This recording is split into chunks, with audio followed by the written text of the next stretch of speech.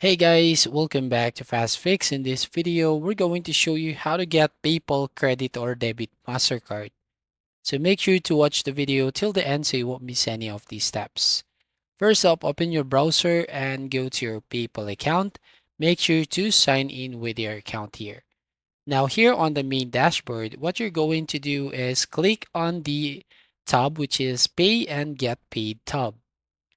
If you're going to click on this one, an option shows up here under wallet.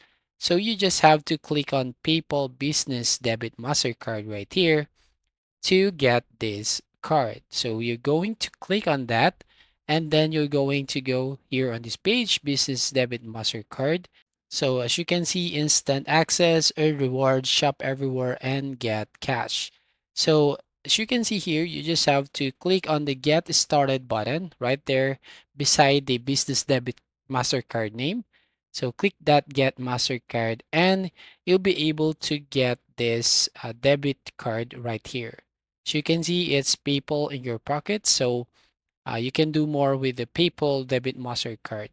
So currently it is only available in the US, so you can check if you can have an access to get this debit or credit Mastercard.